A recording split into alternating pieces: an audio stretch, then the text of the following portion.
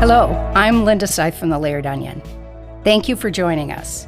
We will be listening to our amazing creators talk about their art and mental health.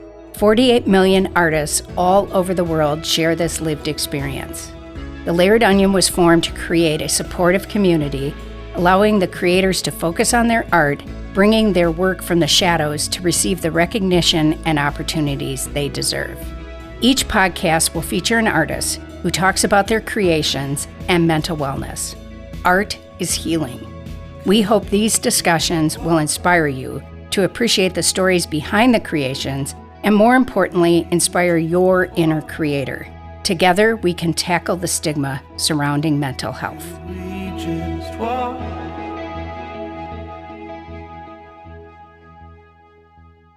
I am Devon McKnight, and I am speaking to you from Climax, North Carolina. Climax? Where's Climax? So it's like a small, I guess we're a town. We don't really have anything here, besides a gas station and a Dollar General, but we're south of Greensboro, North Carolina, which people might know more, kind of the central part of North Carolina. Oh, okay. The central part. All right. So are you near like mountains and? No, so the mountains are towards the west. So I'm about, I guess it gets hilly in about an hour. And then we hit mountains in like 2 hours and change. All right. So you can see I've not driven through North Carolina. The Appalachians. Yeah. So maybe you could tell us about what kind of art you create.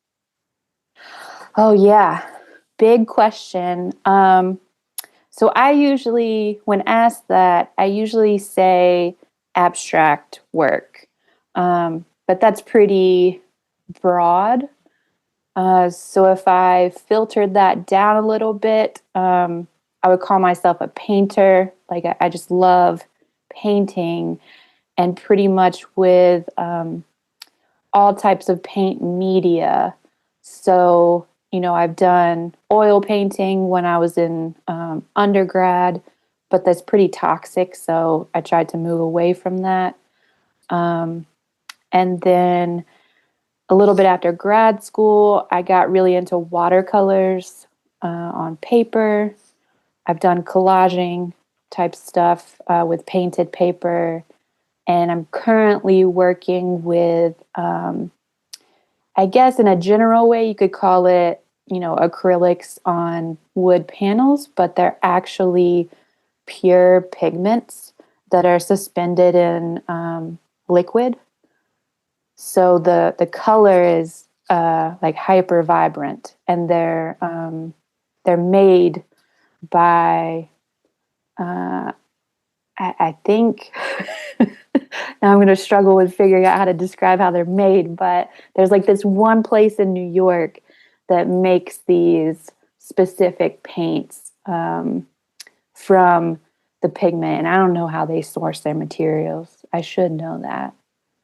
But so that is something that's really, really noticeable in your work is the vibrance of the color. So I kind of thought it was acrylic, but you're saying it's not exactly acrylic. Right. So acrylic is, like if you go to the art store and buy acrylic paint, that's basically pigment, but it's mixed with a binder. And a binder is what basically makes it so the pigment doesn't disappear. And it's really plasticky. Whatever.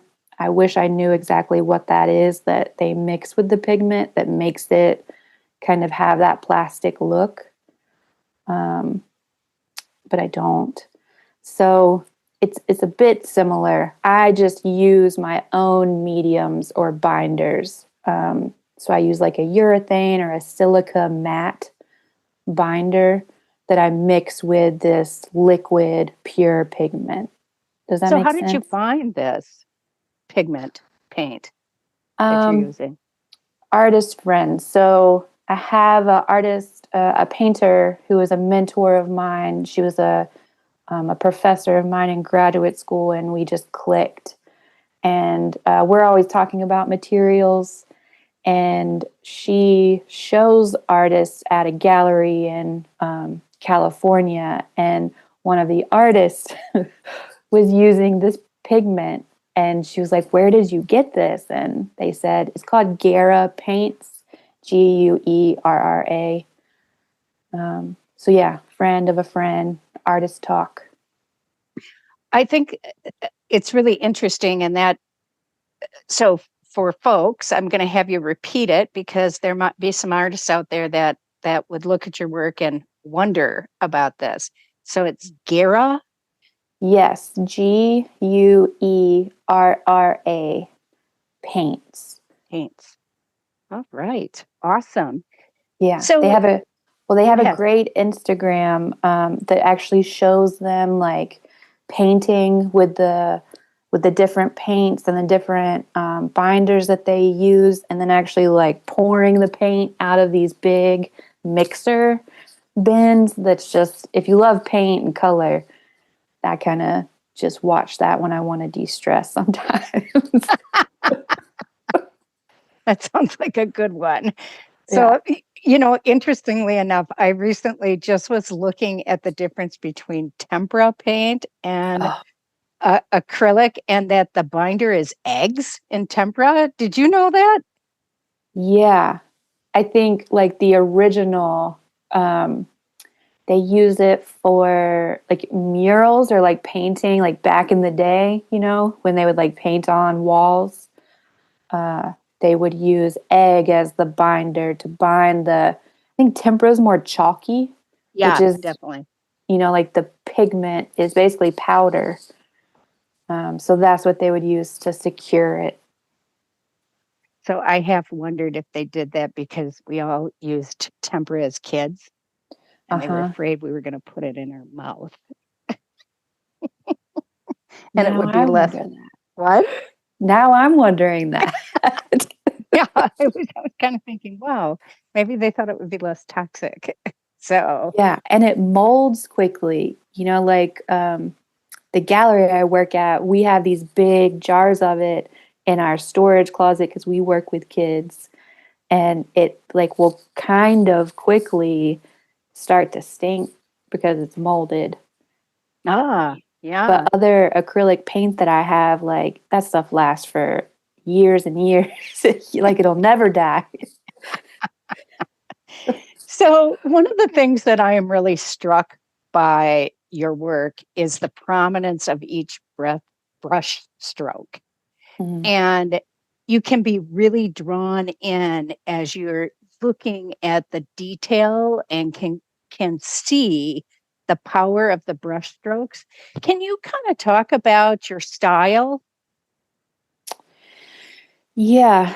Um, I think that's something new that is happening with the pigment work on panel that I've just been working on in the past 3 years.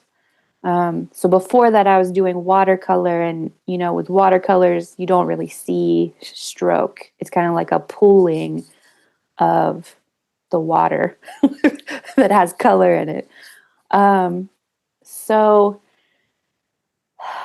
I guess with this, I was really into, like, I love mark. I love mark making.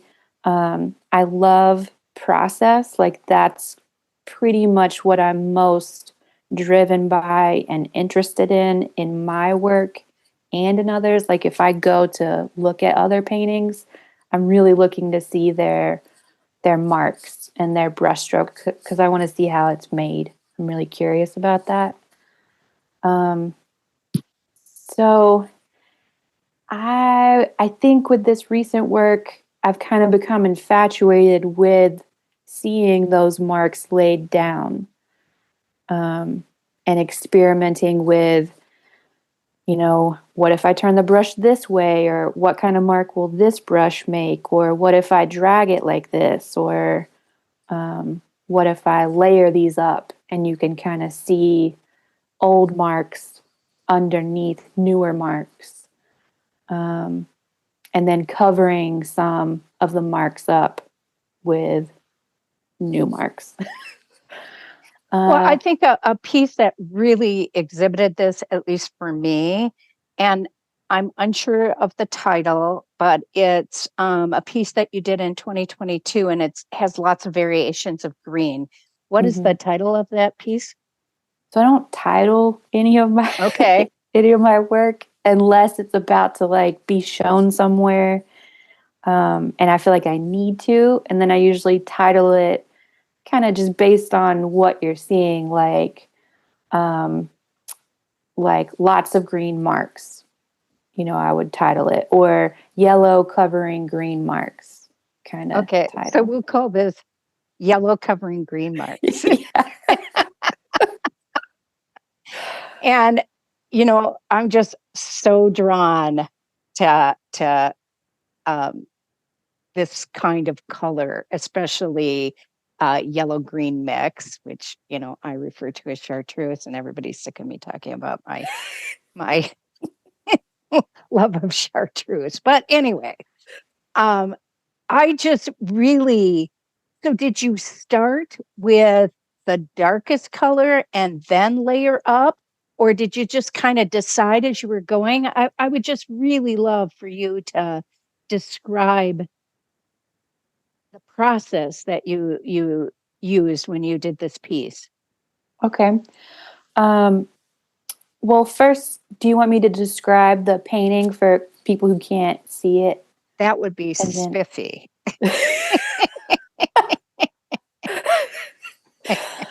that's some, like Midwestern talk there.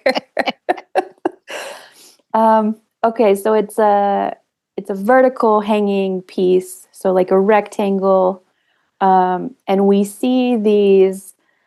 I would call them white roundish marks that kind of are listed in rows going across the piece from top to bottom. And at the top, there's I call it green, because it's like if you think of the color green, that's probably the color that this is. And that's kind of like taking up the top third, and you'll see these like white marks kind of poking through. And then below that, it starts to be things are kind of covered with a yellow, but you're still seeing the white marks kind of poking through. And rows kind of emerge. So, yeah, and then there's maybe like a general background that you can see underneath, like an underlying sort of washed out green color. So with this work, I'm working on wooden panels, and a lot of them have a bunch of layers on them. So it's usually where I've, put a wash down of a color and tried to start creating, a painting of some sort, or making marks, and I don't like it, and I cover pieces up, and then I don't like that, and I cover up more, or I want to add another color. So that's just kind of stacked. So I would guess, and I have to guess because I cannot remember how they came about, because I'm often working on, 1 to 10 at once. But I would guess that there's like underneath it all, there's a layer of a washy green. And then I probably got a white and started making these marks in rows all the way across and down the painting. And then I was probably like, oh, that's too stark. The white is too much. So let me go in and see how I can maybe push it back some. And I probably came in with some yellow on top of that white. And it was probably a washy yellow. So the background colors are still coming through, shown through. And then the green that I was referring to, that's actually chalk. Oh, That's probably the last effort. And I came in with some chalk to kind of probably cover up or see what it would look like and color around some stuff. that's So yeah. interesting because you almost feel like that would have been first. So there's a couple things. First, so is this where do you find the wood? Is this just recycled wood? Um, originally started with buying like wood panels at, an art supply store, but I didn't really like how clean they looked. They're pretty manufactured. Uh, and then I live with my parents, and my dad is retired and has been doing some like casual woodworking. And I was like, hey, do you think we could make some panels? So then I could choose exactly what sizes I wanted and thickness I wanted. So we just got what he calls Luann, which it's kind of like a cheap plywood. It's like the cheapest kind of wood you can get, and it's pretty thin. And that's what is the surface. And then he frames them on the back with whatever leftover wood we have. Like some of it is leftover flooring from our wood floor, and some of it is just leftover wood that he has in the garage that he trims down. So he makes those. This piece the first time, of course, I was just drawn to all the variation of green. But the more I looked at it, it almost felt like to me I was looking down on fields from a satellite or from above, like, and that the depth, especially where you did the chalk, that it almost felt like clouds were going over, and that below was some kind of field of alfalfa or something else. And maybe I'm showing my Midwest girl again, but I just really that, and that's, I guess, what I really love about your art is that you can look at it one time and then another time see something different. And so when you think about your piece or pieces that you do, what do you hope you leave with the viewer? Yeah, it's deep. Um, well, the story you just told kind of sent my mind on a journey, because I was just asked this question earlier in the week to kind of talk about the space in my paintings, and I was really struggling to do that, but I kind of like ended up landing on um, maybe a feeling of landscape, but they're not landscapes. But I think the colors that I often use or the way that I do it, a lot of people will refer to landscapes, but I've never been to the Midwest. So, and I don't know that I remember flying over fields that you're talking about, but I think that the essence of what you are getting at, like the layering of, a cloud shadow over a space, we could tie that into maybe a deeper meaning of feelings within ourselves. Yeah. um, so I Well, think it's sort of it's, mystical, right? yeah, and that's what I hope for, because that's kind of what I work towards when I'm making. I try to get to this space where there's no barriers around what can come through. And so it's like deep down stuff that maybe I'm not aware of, but has entered into me by way of a million different things, hopefully can, funnel out. And I think then into the viewer. So it gives an openness for the viewer to kind of enter how they see fit. Um, and I think color can become a language that uh, can say things that we don't have words for. It can it can speak to or give space for all the nuances that it would just take too long to kind of talk through. And I'm not a poet. I think poetry often does that, but even with poetry, you can dig through 3 words on a page for a while, with meaning. So I guess, like, to get back to your question of what I hope the viewer comes away with is, they're given space to feel, and maybe like feel things unexpected that they weren't aware of or hadn't tapped into, maybe enter into conversation with themselves or with a partner that they witness it with, uh, and kind of with me in a way, you know. So I think for a lot of folks, well, I shouldn't say a lot, but I do think some people struggle with abstract art because Mm. they just don't know how to approach it.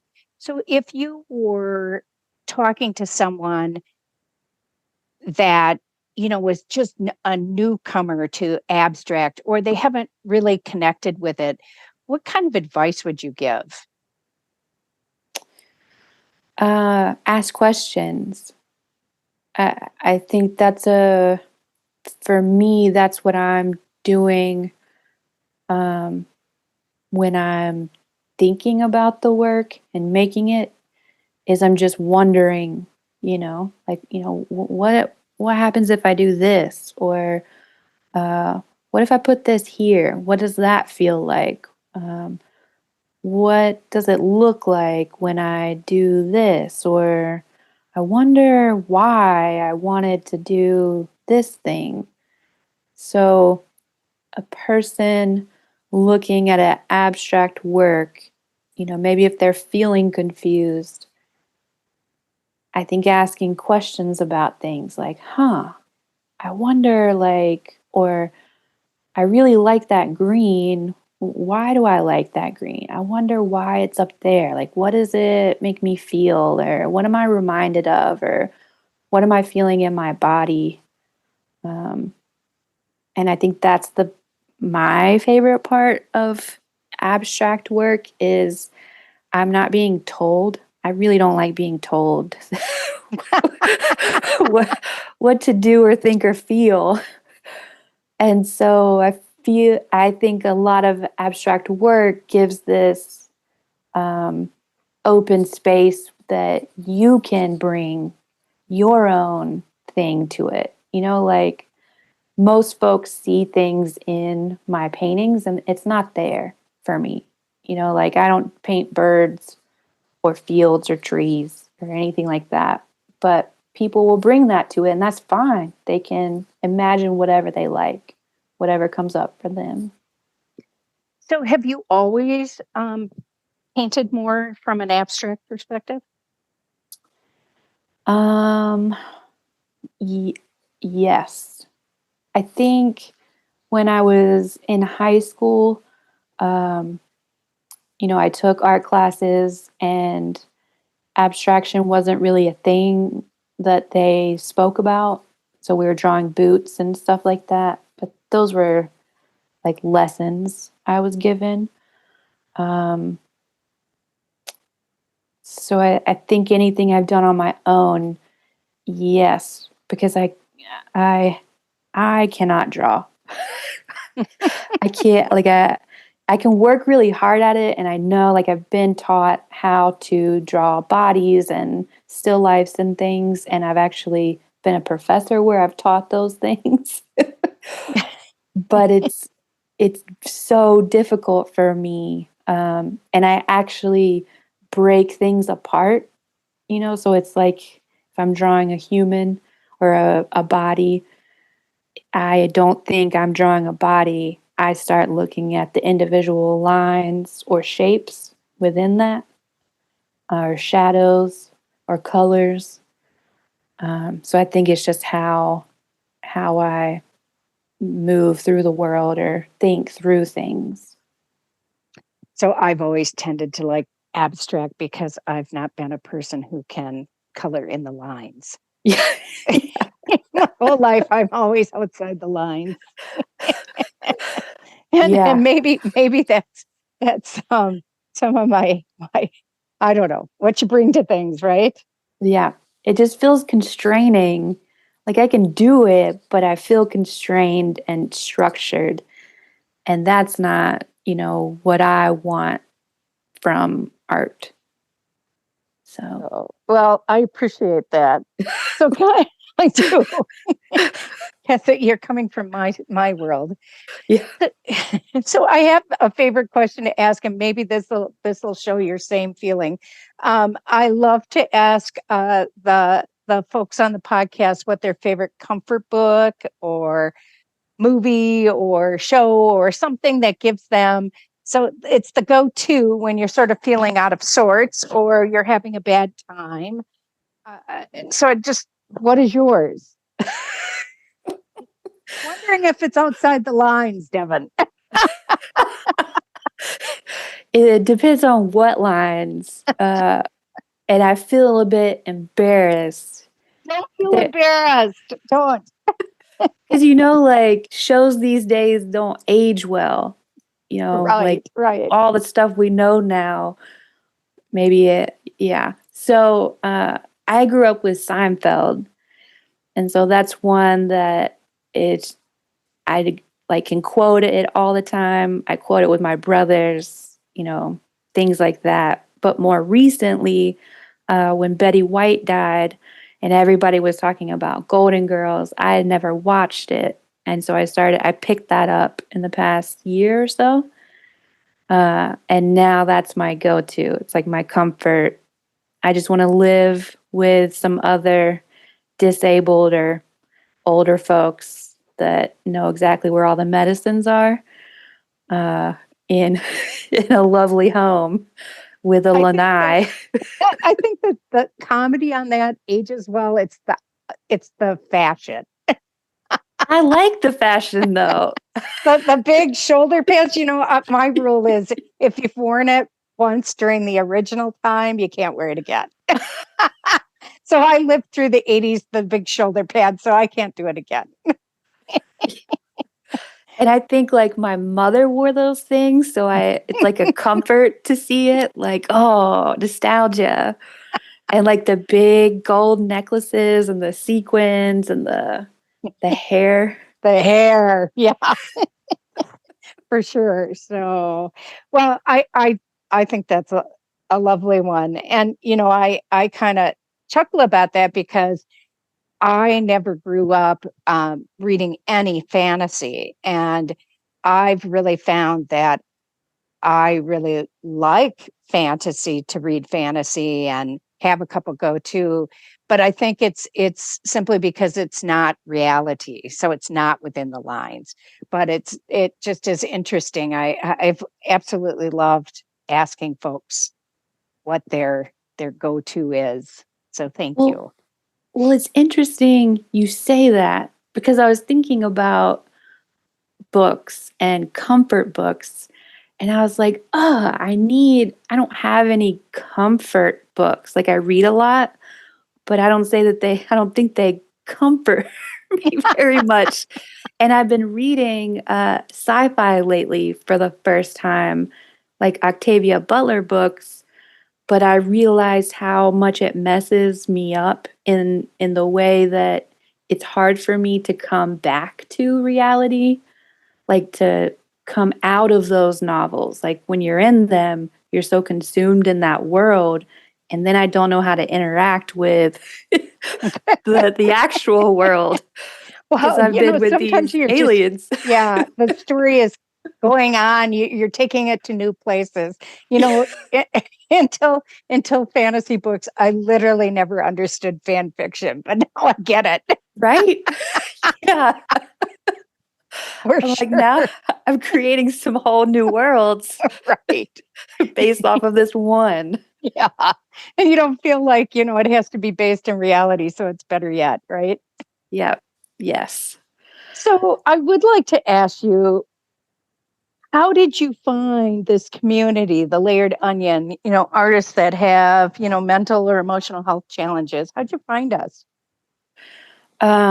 An interesting way. So I work for an art gallery, like I was saying before, and it's a community art gallery. And I also run our social media, and I'm reposting artists we work with and things like that. And one of the artists had posted about the layered onion. And so I reposted it because I was like, this is a great thing. This sounds awesome. Our community should know about this. And then you all reached out to me through the DMs like, hey, can we meet to like talk about how we could collaborate?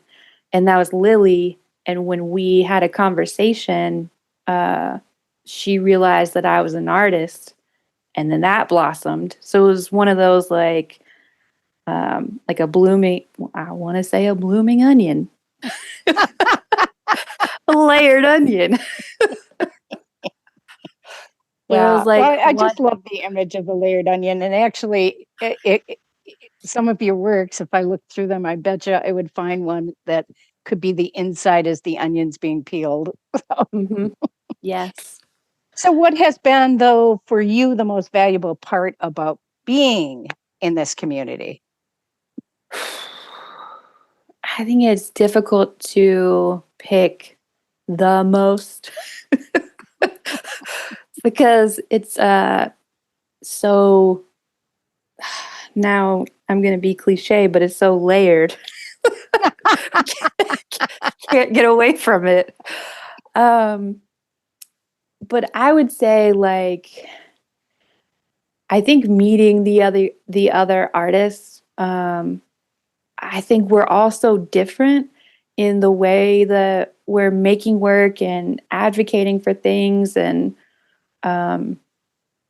working through our issues. Like, that's just been, I have not had that privilege before to be around so many artists in this way that have a common understanding of certain disabilities. And it's like the realest comfort blanket because, at every other situation, someone living with anxiety and depression, it's just so difficult to enter into meeting new people or having meetings or putting yourself out there. And this community, like that anxiety is washed away because I know that everyone understands like how we show up if we have to lay down to have a call or if we miss a meeting or mess up on our time zones. Right. Like no one is angry at anybody and we get it. And I just think that is so supportive. And I don't know anything else that exists like it. Yeah, well said. Well said. I just find that the community has been so powerful. Mm-hmm. So, do you have any last words of wisdom that you want to share with artists that, face similar challenges? I'm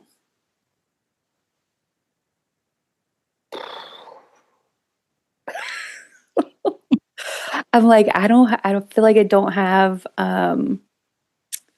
enough. I haven't lived long enough to give wisdom to anybody. But I guess something that comes to mind a lot for me that I've struggled with for a long time because I've been physically disabled for most of my life. And I think just with that inherently comes anxiety and depression because of all the stuff that we deal with and grief. And for a very long time, I was completely isolated. Like I was the only one that I knew like me, and I didn't even know what like me meant. So I had no one to talk with.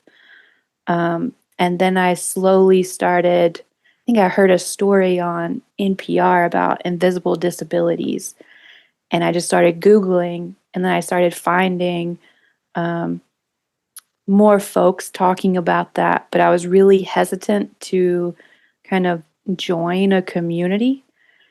And I'm not really sure why, apart from like internalized ableism. But I guess my advice would be like, find your people.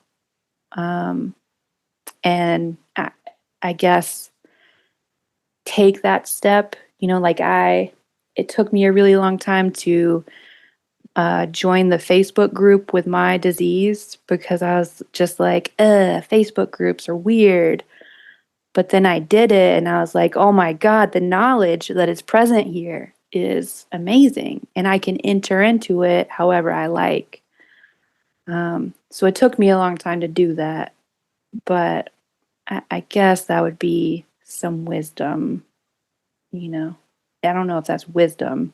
Well, it is wisdom because, it takes a lot of courage to take the first step, especially if you have anxiety or you're an introvert or you're both.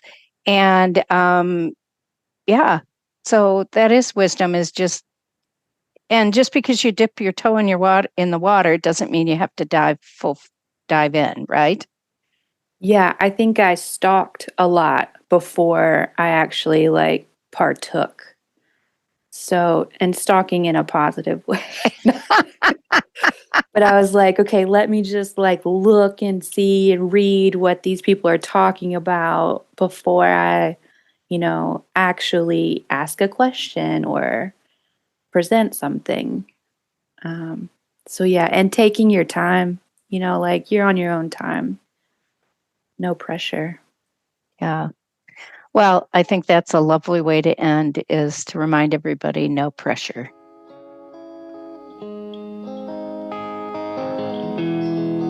Thank you for joining us today. It is an honor to talk with these amazing creators.